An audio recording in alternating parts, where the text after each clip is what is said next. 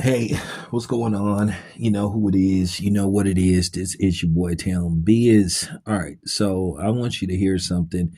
There is a old saying, sometimes you have to fight fire with fire.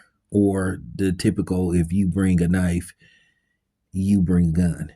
Sometimes instead of fighting fire with fire, sometimes you have to fight with um, napalm or possibly a nuclear bomb.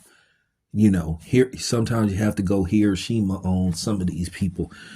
And I just want to say on the side note, for the people that's harassing Carissa Shields and online, basically making racist remarks about the black national anthem being sung, fuck you. And that's just real talk. This is just part of basically, once again, people always trying to harass and bully black people.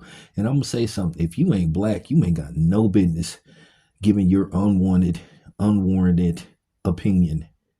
But then you are the same people that always asking black people to help you when most of the time you haven't extended a hand to help black people. But I just wanted to speak on that on a side note. But I will talk about that later on. All right. So with that being said, I want you to hear the comments that was made by one King Harris, and he had every right to respond the way that he did. Because at the end of the day, I'm gonna say this again about, one Curtis Jackson. The dude is a informant. He really is. He's sent here basically to cause chaos and division among the black community. And he loves doing it because he's a bitch ass nigga. But anyway, let me let you hear this and let me tell you why this happened. And then I'm going to break this down and then I'm going to close out the video. But anyway, take a listen. Not going, nigga, not going. Now what the fuck you gonna do about that? Nigga, not going. I don't give a fuck about how a nigga playing. Nigga, not going. Nigga posting my mama like your mama ain't dead as fuck. Go put some flowers on that bitch grave, nigga. Man, nigga posting my mama a motherfucking legend. Your mama a motherfucking Jake, nigga. Stop, man, don't never think you can get on this motherfucking level and you can compete with us, nigga. We on a whole different ball game, nigga. We got a whole different type of level of respect around here, nigga. You get on that do that bitch ass shit, nigga. You a hoe ass nigga. All right, you guys, that was none other than King Harris, entrepreneur. He does a lot of different things. He does a little bit of acting. He has his own businesses and all that kind of stuff. And basically, he was responding to the comments that was made by 50 Cent. And a lot of people are getting on 50 Cent's helmet. Now, of course, he's going to have his dominion and his band of losers that follow him that's going to try to ride with him no matter what. But mostly people are getting on 50 Cent, and a lot of people starting to wake up and see what type of clown that 50 Cent is. 50 Cent is a very insecure man. At the end of the day, 50 Cent is a miserable man at that. That's why he does nothing but try to start shit with everybody. His kids don't like him. He has no relationship with his son. All he can do is sit up there and beef with people because in reality, he really jealous of people. He jealous that Floyd's kids, for the most part, love him. He has, broken relationships with his kids, the mother of his children.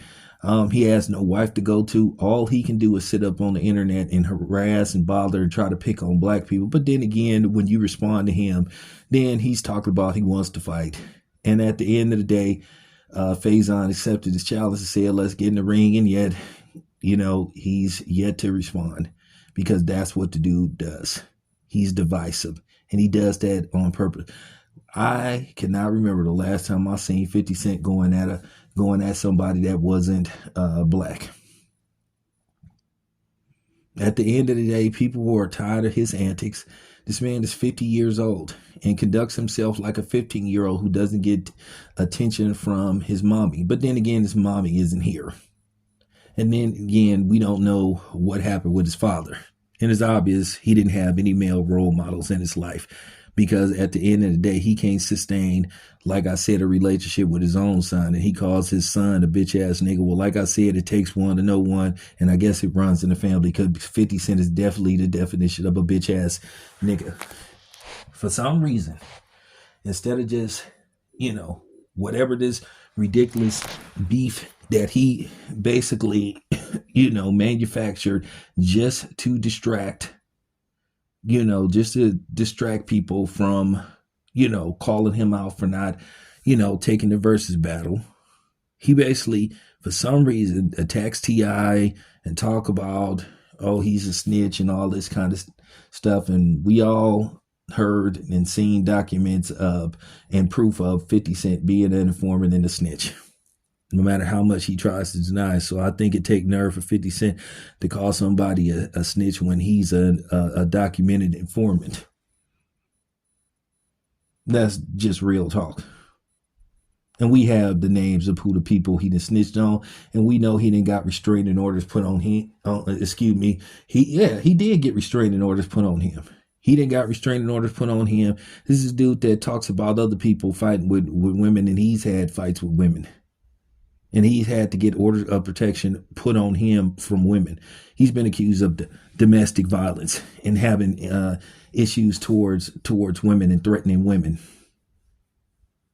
So the dude have his damn nerve if you want to be, if you want to get to the thick of things, if you want to be precise about this man, I guess he's just one of them dudes. He just is out of touch with reality, and maybe he needs therapy because I don't know. You can just tell this dude is miserable and he's insecure. But for some reason, this man decides to bring up T.I.'s wife, Tiny. First of all, Tiny didn't say anything. She didn't say nothing about 50 Cent. She didn't insert herself in the beef. She stayed out of this. But for some reason, he brings her up. Because once again, T.I. got a wife to go home to. He has a family to go home to. And like I said, his kids love him. Can't say the same for him. Can't say what his relationship is with his children. We know his son, Marcus, his oldest son, can't stand him. So, like I said, this dude spent more time arguing with everybody you can think of. Loves to kick people while they down and stuff, and then he thinks it's funny, and then he has that goofy smirk on his face, like the trick bitch that he is. And I'm gonna keep cooking his ass. People need to wake up and see what type of dude this dude is. This dude is messy. I've seen chicks that's less messy than him. This dude is a straight up male version of Miss Bonita from In Living Color. I ain't one to gossip, but yeah, okay. Like I said, every time I look around, this dude is stirring up trouble, trying to instigate and shit. That's what, that's new age co-pro and tail shit. And that's what we mean by Agent of Chaos. He's been instructed to do this shit. If I'm T.I., I will stop responding to him because he'll try to put a case on him or something. But I am 100% on the side of King. I don't want to hear this stuff about, well, he didn't have to bring up the dude's deceased mother. Well, he didn't have to bring Tiny into this at all. She didn't say nothing. She didn't insert herself. She didn't make one comment about this shit. She stayed out of it. And then he just basically attacked her. And like I said, this is just corny with him. The dude is lame. The dude is lame. He ain't gonna bust a grape. He ain't gonna pull up on T.I. He'll send his feds buddy and try to find a reason to arrest T.I.'s. So, T.I. needs to stay away from him on that note. Cause we know who he worked with. Like I said, this dude got some nerve calling somebody a snitch when this dude is a rat himself. That's why he had that. That's why he looked like a rat.